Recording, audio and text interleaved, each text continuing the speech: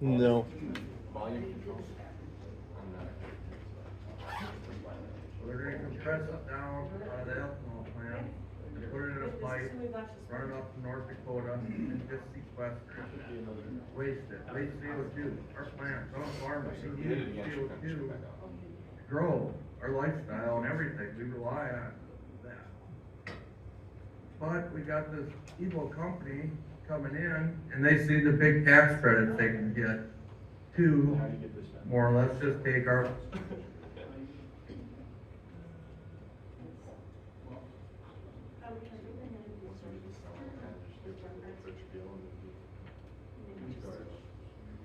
Go Carter. No, it's okay. Did you know these? They're 22 or 23 scorecards. Takes quite a while to power on. Doesn't? Yeah.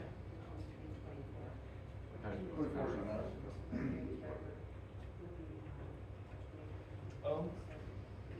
I usually just waited until I decided that it was long enough.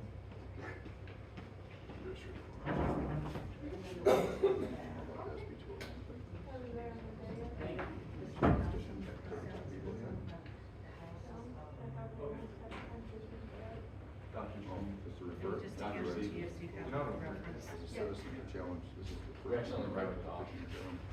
I did. Just how to get it done. Yes, you're welcome. Bill's passed. How are you? Fine. It comes into effect You July have one 1. of these, don't you? Yeah, I have one somewhere. Do you want another one? Yeah. Okay. The bills. I thought because you were at the last. Well, it's getting. We're not seeing. Yeah, but we can change the guy in the next session. Start off July 1. Yeah. Yep, sounds good.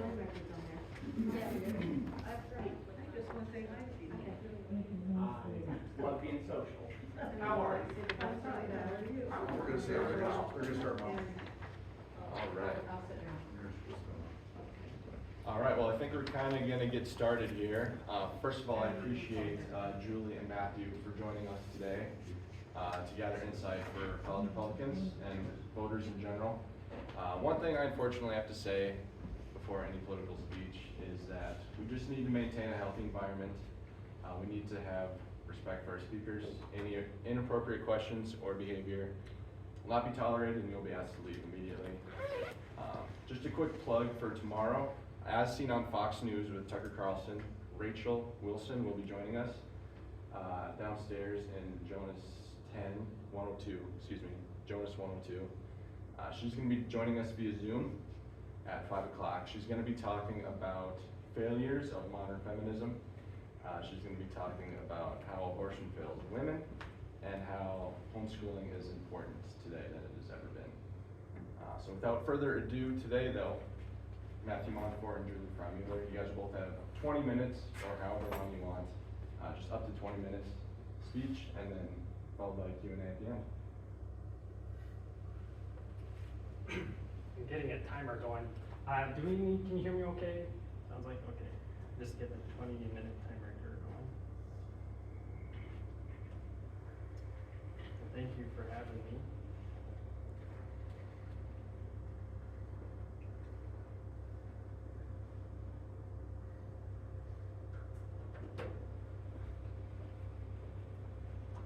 Somebody want to come up here and push the buttons for the PowerPoint? That way I can stand and look at you. It's okay.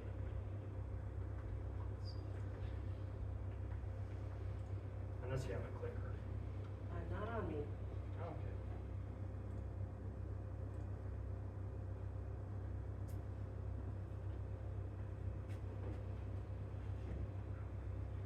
Well, I'm not quite sure how this is gonna work, because I won't know when to turn it. I'll ask. Okay.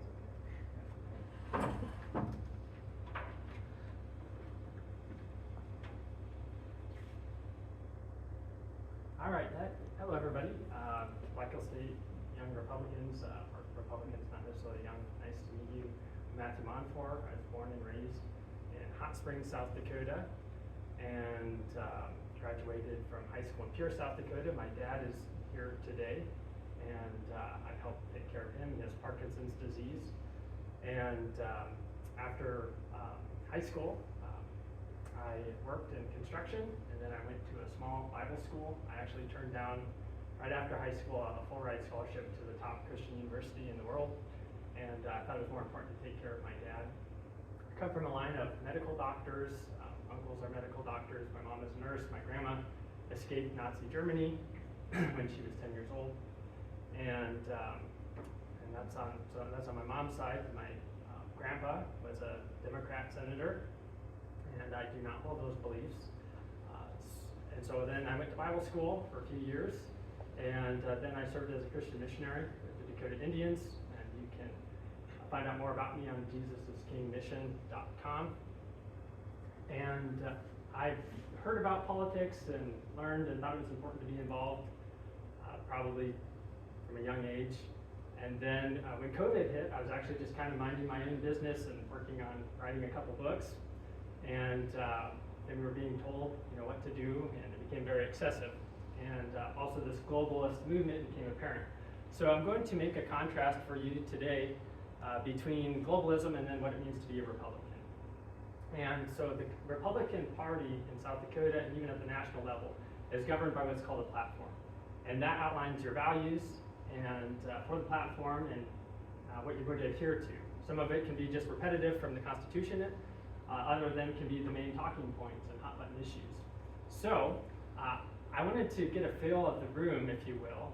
How many of you were aware that there's a Republican Party platform for your state? Raise your hand. Okay, that's good.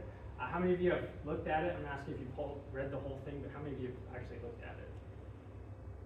Appreciate that. And I have read it, and so, of course, being a candidate for District 30, I thought it was important not only just to go to the legislature and be an activist, but also if I'm telling everybody what to do and I have the ability to be involved. Many of you have heard about the Man in the Arena speech or poem. How many of you have heard of the Man in the Arena? A few people over there. I challenge you to go look it up. Basically, it just says, it's not fair to criticize everybody when you're not in the game. It's really easy to criticize our legislators and governor and representatives, etc. And the way that America was designed was that we would be involved. It would become the air that we breathe. And so it should be natural to us. A lot of people talk about being called by God, or, I would say the inverse of that is a lot of people are in it for business reasons. But really, it should just become natural to all of us to be involved. That's what America was built around. So going to the next slide. The contrast with the Republican Party, which stands for limited government and the rights of the people. And then what we're seeing today is a move of globalism. And we see that in the healthcare industry, the business industry, with ESG. How many of you are familiar with ESG and that term? So environment, social, and governance. So basically this idea that we are going to combine a climate agenda and government and then corporations, which is called corporatism, and we're talking big corporations, to basically control the economy. And so these are just some of our leaders in South Dakota, conservative leaders, Senator John Thune, Governor Dugard, et cetera. This is just one example, probably the main group that we know of, called the U.S. Global Leadership Coalition. Next slide, please. About 15 minutes. So having looked at the platform and being educated by groups like South Dakota Citizens for Liberty, et cetera, which you have the scorecards on your sheet, you'll notice that only about 20% of 105 legislators, so just for those of you that may know, there's 35 districts in South Dakota, and that means there's one senator for each district, means you have 35 senators, and then you get 2 representatives for each district, which makes 70 in the House of Representatives. And you'll notice by looking at that scorecard is that there are, there's only 20% that are able to score basically a winning score of 80% or more. And you'll find that we have a lot of Republicans, though, in our legislature. Next slide, please. So this is my platform, my personal platform, and I would add a few things. But the motto is the state motto: under God, the people rule. So I come at this from a Christian worldview. I do believe that the United States of America was founded on Christian principles. I believe that South Dakota was founded on Christian principles. And the 10 Commandments are posted at the Supreme Court and several other places at DC. And so the person that actually chaired the committee that gave us our state constitution in 1889, and South Dakota became a state, was Dr. Joseph Ward, and he founded the first college in Dakota Territory. He was a Puritan pastor. He grew up in a community in New York where everything revolved around God, and the Christian God specifically. The founders of America did view other religions like Buddhism and Mohammedanism, which they called Islam, they did view them as barbaric. Basically, you could point to these places around the world, and even today, you could point to them today, and the backwards nature of it, whether you had cultic priestesses that were temple prostitutes in India, or in Islam, where you did have a lot of raping and pillaging. And I know that that can be said for so-called Christian groups throughout history, but I would challenge whether or not they were Christian and not maybe some Visigothic religion. So I believe that, number one, we need to stop medical fraud and big pharma, and I'll share with you why I believe that. I've worked with the top doctors in the world. I've worked as a journalist as well and a reporter, and have used those skills. And I do believe that the COVID vaccine at large is harming people. We need to get rid of election machines. These election machines are made with foreign parts by countries that hate us. They're not auditable, and even though certain elected officials have said that they're not connected to the internet, usually when we take people to court, we find that they in fact are, have a SIM card, like a Verizon SIM card, etc. So one, we can't have people dying and getting injured. Two, you don't have a country or a constitutional Republican democracy. I used all those words together, just for those of you stall words here. And otherwise we have a country. And three, we need to protect children from pornography. And I have a quote here from an Oxford scholar in regards to the sexual degeneracy of a country. I'm just gonna pull this up.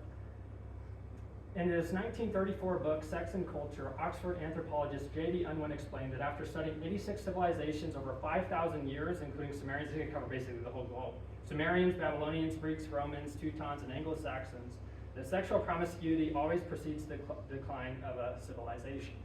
And of course, our Republican platform in Section 4 deals with abstinence. And that would be, of course, on the very conservative side of that. But we need to protect children from porn. I was one of the organizers and helped promote a bill that would basically ban pornography for people under 18 online. And that passed in Louisiana and other states. And basically, Pornhub left certain states. But I think that what that is doing to young kids' minds, that they you can't have a society because young people are viewing the opposite sex as nothing other than sex objects. And you can't build families, you can't build culture or society, a healthy society. Based on that. I mean, sex is a powerful weapon. Look at Troy. They started a whole war over it, right? As you study history. We need to protect property rights. We should not have, I believe that just, the climate change agenda is a scam. It's not about climate change as much as it is about control. I do think that we need to be responsible, and I do think that you can use alternative energy, wind and solar for certain things, but I do not think that you can power society today on using those. We need to promote true FOIA and transparency laws. Basically, if there's communications between government and people's lives are not at risk, we should have access to those. South Dakota has what's called I think it's called like a sunlight or sunrise law, basically to shine light on it. But it says you have access to everything, and then it has a long list of things you can have access to, which is basically everything. Which is the federal FOIA law, which you can use if you're going into journalism or government or politics, etc. It's way more lenient. You can get access. You have an easier time of getting federal documents than you have South Dakota state documents, so just letting you know. And then we need to protect babies' life and guns. I believe that life begins at conception, and that I believe in constitutional carry. And then I'm proud of our state's Christian heritage because a lot of the founders of our state were Christian, and I do believe that Christianity has ever been a bulwark against evil. Next slide, please. So like I said, I served in Christian mission work. I still do. I'm an ordained Christian missionary. I'm very proud of that. And so I served particularly with Dakota Native American Indians, and so I had to deal with the critical race theory that really originated 50 years ago. That if you were white, you were an evil colonizer that raped Indians and killed Indians and ruined their life. What I found in all my years of research, because I lived in the capital when I was in high school, was that the history is actually the exact opposite of that. And the Native people were very, very blessed, and most of them became Christians. And that changed in the 50s. We'll see if I have time at the end to deal with that. My timer's off about halfway, looks like. Okay. All right, next slide, please. America's spiritual founding father, if you look him up, was a man called George Whitefield. And this is important because American jurisprudence was founded on a man named William Blackstone. And he basically said, whatever God rules for, we should not rule against. And George Whitefield, if you look up in the beginning of, or before the 1776 Revolution, George Whitefield was preaching the law of God. And he says, is referring to the book of Genesis, the law must be preached to self-righteous sinners. Secure sinners must hear the thunderings of Mount Sinai before we bring them to Mount Zion, so referring to judgment and salvation. They who never preach up the law is to be feared or unskillful in delivering the glad tidings of the gospel. So this is really important because the culture today and the way that we view the world is a lot different than the way that our founders viewed the world. And we can debate whether or not they were Christians or theistic rationalists, which I lean more toward the theistic rationalists, certain of the main ones we know of, but not necessarily the people. And so he would draw tens of thousands of people, and Ben Franklin would print his sermons, and they had this understanding that one day we would have to give an account to God, that there's more to this life than the next, because it's not popular to show up at a Republican meeting, right?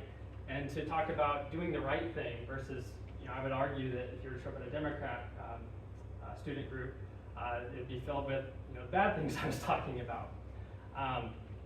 And even Thomas Jefferson, who was one of the least of the religious founding fathers, he said, I tremble when I remember that God is just and his justice cannot sleep forever. And so there's this idea of a moral duty, whether they were Christian or they were theistic rationalists, that we're going to have to answer to God, and God is judge. And as a Christian, I just want to challenge you, the Bible does give us very clear commands, and the Ten Commandments, which are basically the source from which all law flows. We should not lie, we should not steal, commit adultery, including a sexual sin, sex before marriage, pornography of the mind. The Bible says we lust, we commit adultery in our heart. We should not murder. If you hate your brother, you're a murderer. God can see our thought life. And that was remedied in the great respect that they had for Christ, which was that he died for our sins, took the judgment of God upon himself, the hell that we deserved, so we could go to heaven if we would repent, that is, reconcile and turn our way from our sin and reconcile with God. And so I wanted to include that in there because whether you believe that or not, that was a prominent belief in the founding of our country. And I do believe that. I do hold that belief, and I hope that you will as well. So next slide, please. Our South Dakota Constitution says that we, the people of South Dakota, are grateful to Almighty God for our civil and religious liberties. One of the main issues on our platform, the Republican platform, is that our rights come from God, right? And this can't be taken away by other people. And that's the Bill of Rights basically delineating that. Next slide, if you will. This is Article 7. If anybody asks you if Jesus or God is in the Constitution, point to Article 7, all right? And it uses the word, let's see here, it's stuck in there. So this is right before they all sign it. Done the convention by the unanimous consent of the states present the 17th day of September in the year of our Lord, 1787. So an explicit Christian reference there, but next, if you will. So talking about globalism, as we finish up here, so I do believe that World War III has started. This is talking about fifth generation warfare, and a lot of the legislation that you see in those scorecards has to do with basically protecting ourselves from outside influences that are not in South Dakota. And that could be, we have the CO2 pipeline issue with basically the eminent domain and SB 201, which is going to be on the new card. But basically, we have a $4 billion in tax credits coming through our state, and they're using eminent domain. And eminent domain is for supposed to be for public utilities, public use. But it's a foreign-backed company that wants to use all this money to profit them, and they're running over South Dakota landowners. And you can look up more about that. Today, there was a couple of farmers speaking at the Constitutional Sheriffs and Peace Officers of America in Vegas, and they actually did a really good job of explaining this, so I would challenge you to look at that, if you will. Next slide, if you will. This picture, of course, the Christian contrast to the next picture, if you will. Does anybody know who these guys are? Klaus Schwab, the World Economic Forum, and the Great Reset. It's interesting that book came out, 2 months after, COVID broke out. And then on our right, that would be Yuval Noah Harari, basically saying, we don't need religion, we don't need God, we'll just build an AI God, and his book is promoted by Barack Obama. So these are two very staunch globalists promoting basically social credit scores, depopulation. They're pretty explicit in that we need to reduce the world's population, etc. Next slide. And so I used that book earlier, The Fifth Generation Warfare by Lieutenant General Flynn, who is Trump's NSA National Security Advisor. And he said one of the main issues in that book, if you read, is psychological warfare. What are you taking into your mind? Where are you getting your information? And so there's lots of good news outlets out there. How many of you are familiar with the Epoch Times? Or it's the top conservative, basically, journal and newspaper in the world. Real America's Voice, Steve Bannon, One America News, etc. And then you see I'm crossing out Fox News and Newsmax. When Dinesh D'Souza and Tucker Carlson started talking about rigged voting machines or even vaccines, they were basically cut from Fox News and Newsmax. So you ask yourself, why are they censoring these particular topics? You're called conspiracy theorists, extremists, etc. Next slide, if you will. So globalism, a vaccine, I've worked with the top doctors in the world. I do believe the vaccine is a bioweapon. It should be taken off the market. I'm a part of Americans for Health Freedom. Julie is as well. If you know it or not, that's with, stolen elections, food sources. We need to protect our food because they're putting the experimental mRNA in our food, as well as pesticides, herbicides, etc. You pay attention to the media, our property rights, the sexual revolution, and then law and order. Next slide. Charlie Kirk, how many of you are familiar with Charlie Kirk? Turning Point USA. I was reading his book, The College Scam. He says that 95% of people are wasting their money on college, and that's a whole debate. I could open a whole can of worms, especially being on a university. But what he's saying basically is that, entrepreneurship, if you need skills, access to be professional, a doctor, etc., that's one thing. Next slide. I've got about 2 minutes here. If you want a good primer to understand, what would I hand to a college student? Wish someone handed to me. I know it looks kind of cheesy, but Mike Huckabee wrote the three C's that make America great. And I would just go buy it on Kindle for $5. You'll be able to defend most of the talking points that you would need as a Republican. Next slide. This is me at Jonathan Edwards Church. He's considered the greatest theologian in America, also in the Great Awakening led to the Revolutionary War. Next slide. Next slide. I also, just because I'm sure I'm speaking here, there's another book, The Doctrine of the Lesser Magistrates. Lieutenant General Flynn recommends this, and that sets basically the historical context going to the Magna Carta, the Reformation, to today's laws, etc., William Blackstone, etc., and basically resisting tyranny. Next slide. This is my favorite history book. Now dare call it treason, by a pastor named John Stormer. This was Barry Goldwater was the Trump of his age in the 60s, your grandparents. And this is a book he was detailing the corruption even in the Republican and State Department as well. Next slide. If you have 3 hours, I believe this is the best documented history on the history of America, the true Christian history of America. Some of the speakers in The Doctrine of the Magistrates also in that. So I'm going to close up here. I think we're about 20 minutes. And if you just go to one more slide. If you want a good book on what the Founding Fathers believed religiously, I would read that book, The Religious Founders, Beliefs of America's Founders by Greg Fraser. He's a professor at Masters University.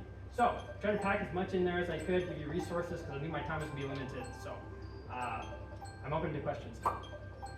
We'll listen to Julie first, Oh, and okay. we'll do a big Q&A at the end, Okay, if that's okay. sounds good. Thank you for that. Sure.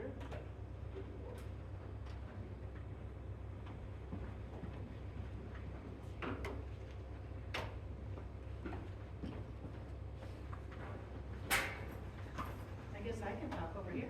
You should, do you want this down? Do you want this up? Doesn't bother me a bit, whatever you want to do is fine.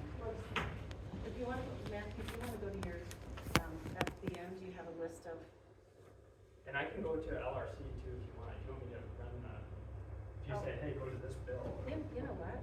I would like you to pull up SJR 506 if you wouldn't mind. Yeah.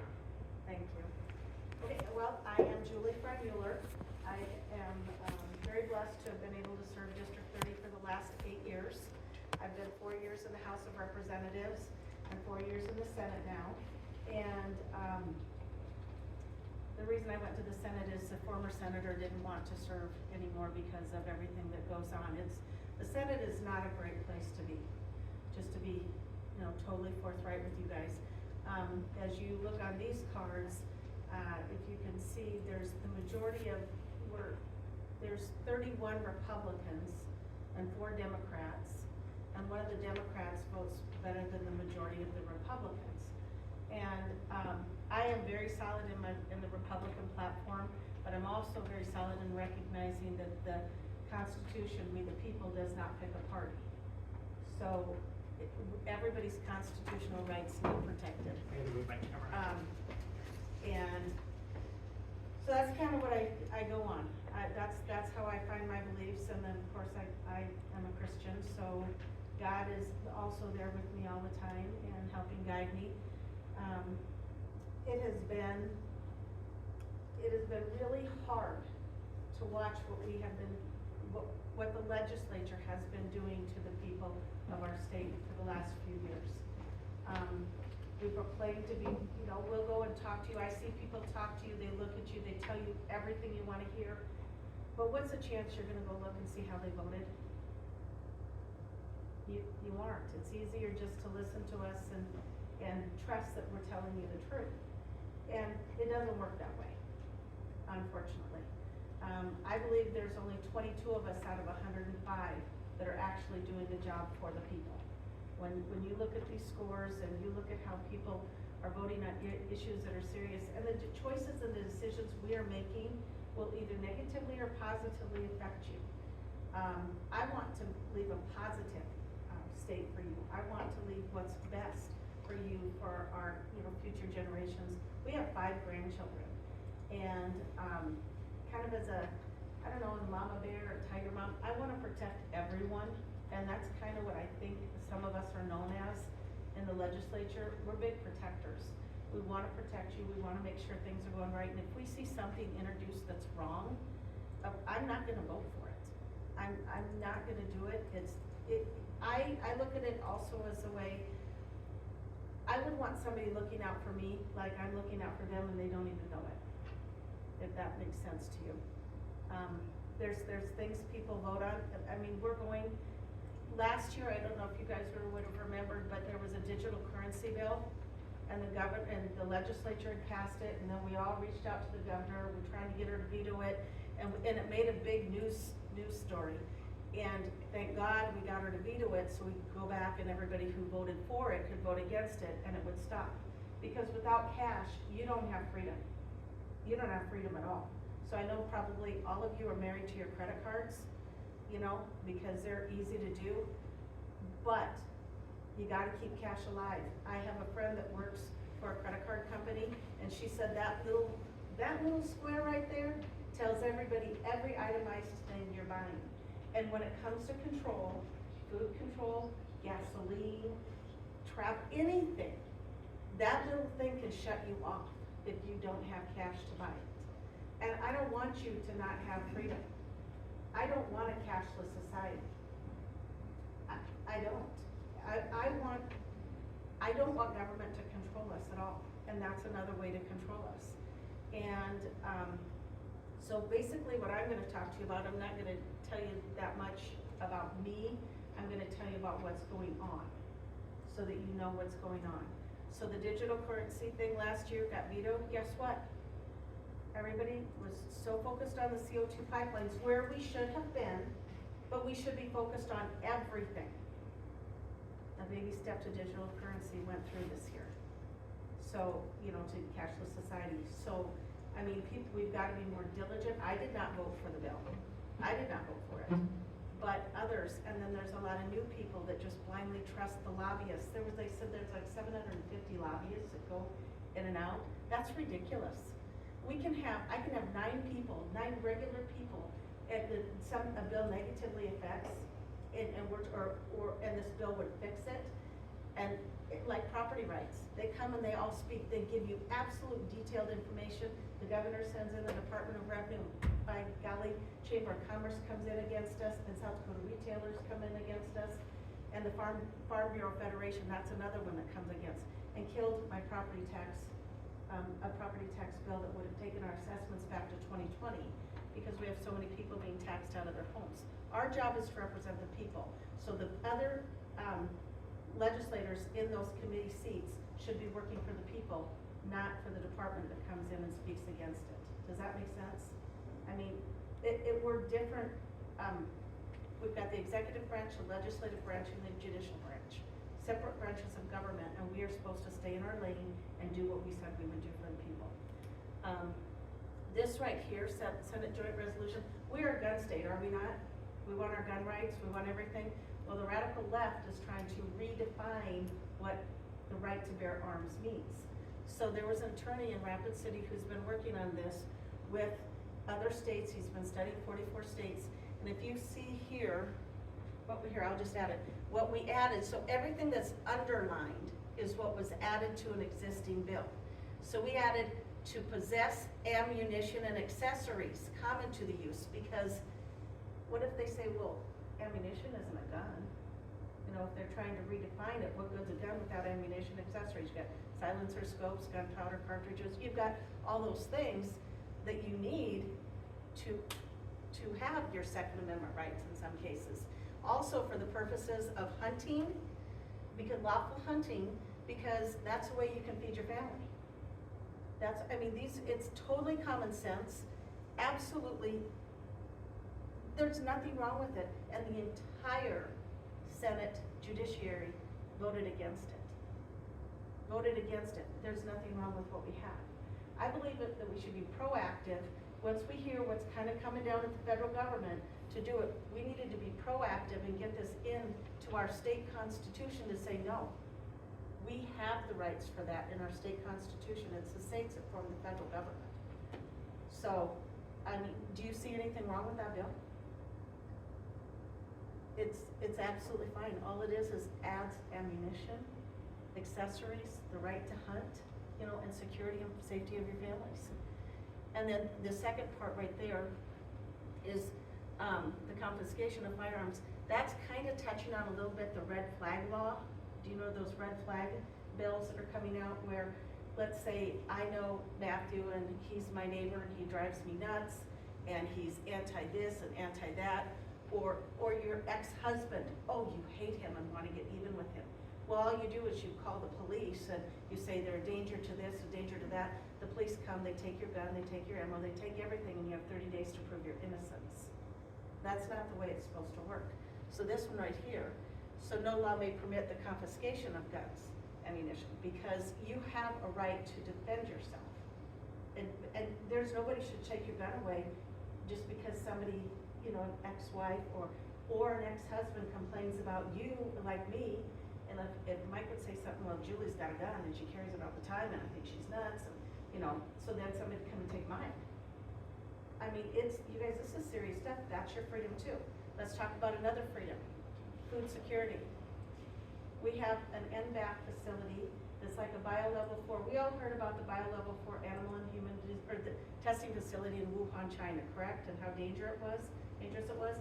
The one we have in the United States of America was on Plum Island, which is off of New York, out in the ocean, and it was built in 1954, and that's where they did all the animal and human disease testing, the serious stuff out there, so that it wouldn't touch the mainland and come in and negatively affect where we had to kill cows, pigs, you know, deer, everything. Well, under Obama, it got moved to Manhattan, Kansas, the heartland of the United States. And 3 surrounding states are 80% of our feedlots. So if there would be a breach in that facility, guess what? They gotta kill all the animals, the barns, everything. Deer, everything's gotta be killed. It does. So there's a food loss. So you guys, I'm worried about your futures, because these are things that we're dealing with. This never should have been moved to Manhattan, Kansas. Never. So just keep those things in mind. I don't, how much more time do I have? I guess I'm here more to inform you on what's going on, rather than tell you, oh, a spiel for this or a spiel for that. And being there all these years, no, I'm not a lifetime politician. I never wanted to be. I'm a public servant, and I will do the right thing at all costs. I am the only no vote in the Senate so many times in 21 and 22. I was the only no vote so many times. But now that there's one other person that I came in with, that he came into the Senate these last 2 years, so he's a no vote with me quite a bit, and then there's 2 other ones that are maybe no votes. But there's not enough of us. I mean, the more laws we pass, the more control we take, it seems like. I mean, I want to pass bills that kind of get rid of things so that we have more freedoms and things like that. But anyway, so that was one of the bills that I brought, and I think you would all agree it should have passed. There was nothing wrong with it. There's another one. The federal government decided, not this last session, but a week before the last session 23, and it was the federal government said that the COVID-19 vaccine could be added to the school schedule. Well, the COVID-19 was called a vaccine to give liability, to protect all the big pharmaceutical companies, so for danger, death, or any negative effects from it. It's not. It's never went through 10 years of experiments or anything like that. They just did it. Why in the world would they want to give it to our children? Did you guys see Died Suddenly? That video that went out, Carly, did you? Yeah. Or Suddenly Died, have you ever seen it? Great movie. Oh my gosh. It's not really a movie, it's like, what, 20 minutes of a documentary? It's either Died Suddenly or Suddenly Died. And they have, what is it, like coroners that embalmers, yeah, when they're doing the bodies, they pull out, huge things, blood clots and all these young people dying. I mean, so why would you America's wanna power give it grid to is our- inches from why would you collapse. wanna Old give and it to under our stress, children? one event is enough to knock it down. Most people are unprepared. They don't need Light a campfire with a bolt of lightning, the kind of power you get with the Donald Trump lighter. I should warn you though, this is not recommended for Sleepy Joe fans. This compact Trump lighter isn't just any ordinary lighter. It's patriotic in your pocket at all You watch times. it. The I mean, major there'll difference be a between young gal just standing right like by a train station waiting. All of a sudden she spins around and falls down dead.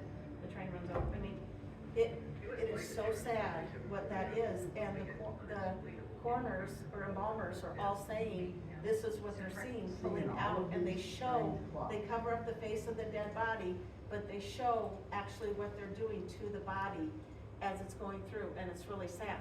So, but I had a bill that said you could not add the COVID-19 shot or any new immunizations to the school schedule, because so many parents think that, oh, you have to have these vaccines before you go to school.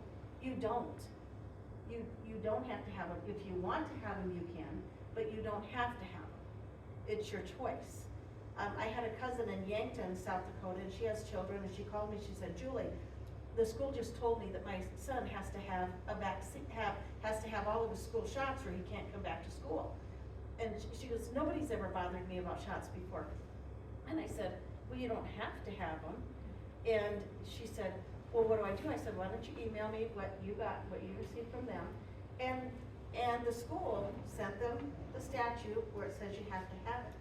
But they didn't send the additional 2 little inputs in there where it says where you don't. They didn't send that. So the school in Yankton did not tell the truth. They totally misled the person. So we all have to remember to pay attention that we do have rights. If you don't want a shot, you don't have to get a shot. So many people cave to their jobs or this or that. I'm not here to talk about vaccines. I'm just here to talk about, you guys, people have choices and freedom. But so we've got food, we've got property rights being taken away. We've got, what was the first thing I talked about? Oh, guns. We've got vaccines. I mean, we are really hitting on some issues that are serious issues. And I'm very concerned about the way we're going. Let's see. there's another property rights are a huge issue, and you guys really haven't had to deal with that or face that yet. You probably have, no offense.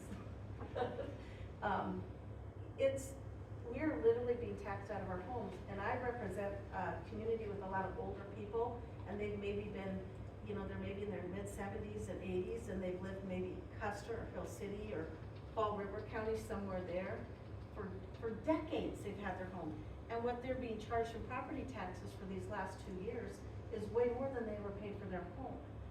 And so this resolution to take assessments back to 2020, so anybody who owned their home from December 31st of 2020 and prior would go back 4 years, and anybody who bought a home January 1st of 21 forward, whatever you bought your home at, it goes to that assessment, but it can't go more than 1% a year.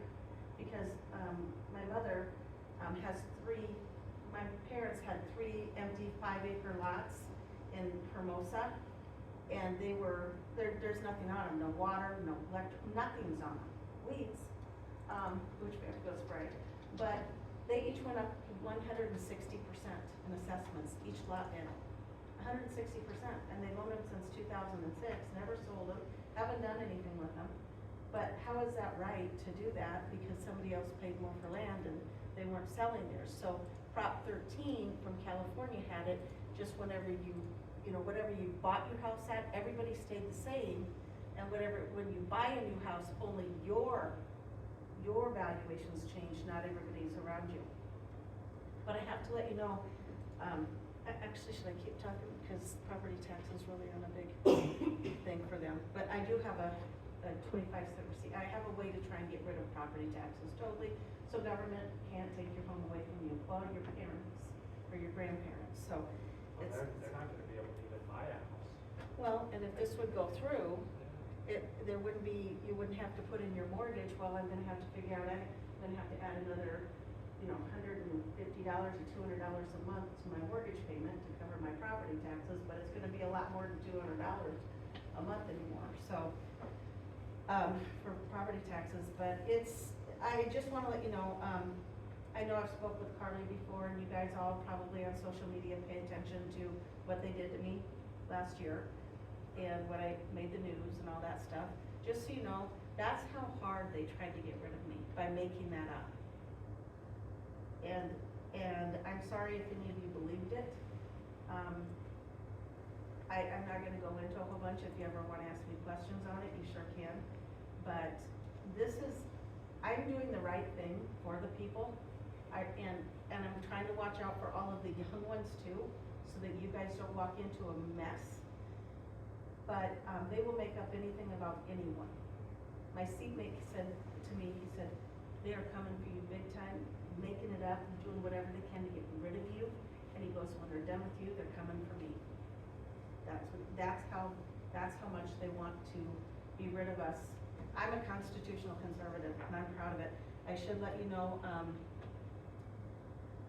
I've always paid attention that I've had good ratings on these scorecards that are all over. This year, my husband and I were talking, I said, oh my gosh, I got 100%. From what I could figure, out of all the legislators in the state, Carly, I hate to say this when it's being recorded, but I'm going to. It seems like I'm the highest ranked one in the state as far as voting with your rights and the Republican beliefs. And CPAC, I've got a list of them here. CPAC, which is huge, and Republicans recognize that. 24 scores aren't out yet, but I was 100% for 22 and 23. That's far back. New American Freedom Index, that's based on the Constitution, 100% on that. Citizens for Liberty is recognized by iVoter Guide, that one is, and by other national organizations, and that goes off the South Dakota and U.S. Constitution, the South Dakota National Republican Platform, and the Declaration of Independence. And they used to itemize in the back which article, where they took all these bills from, very detailed, but there's so much work, they don't do that anymore.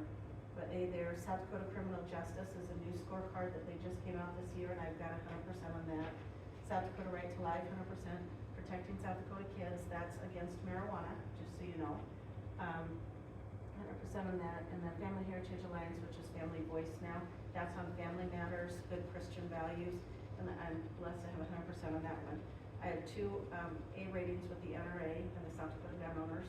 The NAGAR has not been to the Capitol for a little while, I think, which is National Association of Gun Rights. But I don't know what else I should probably say, and my husband's saying, wrap it up. So, anyway, well, I have 8 seconds, Mike. Anyway, I'm not trying to brag, I'm just trying to let you know I am doing the best I can to follow what I believe I'm supposed to follow, the Constitution, God's law, and our platform. And to make sure, I'm kind of a tiger mom, like I said. I want to make sure everybody is protected and everybody has freedom. That's a big thing, freedom. So thank you. Okay, is there a round of applause? And we'll open it up to Q&A if anybody has any questions right away.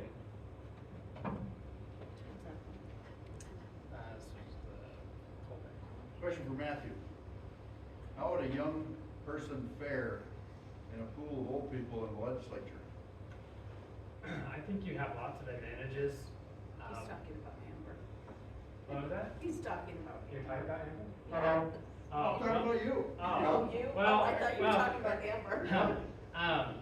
So I think there's a lot of advantages. If you go to monforesd.com, the first pop-up that takes you to, and I don't agree with everything he says, but it's Bobby Kennedy Jr. You guys familiar with who he is?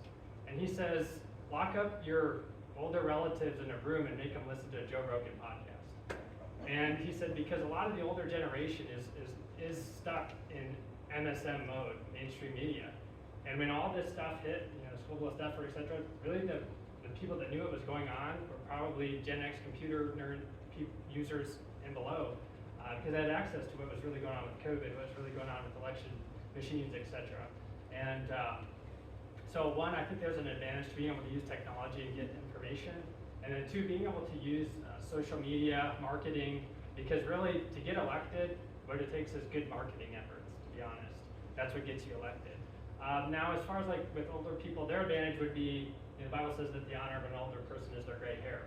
So they earned that. They earned it, and they do have a lot of common sense. They do have a lot of traditional beliefs, and the old America, because there's 2 different Americas now. There's the traditional America, and then there's the Zoom generation. So I think that they do have wisdom there, and I think if you can marry the 2, that's what's going to make a good candidate. Can I answer that question too, sir? Sure. Okay. The difference I feel that we have is that we actually have life experience to a point where you guys haven't experienced things yet. When I was in my, early or late teens and 20s and stuff like that, I'll just tell you, I was a professional computer accident. And no, you can't see it because I'm holding up, it's not on the internet. But that's what I did, and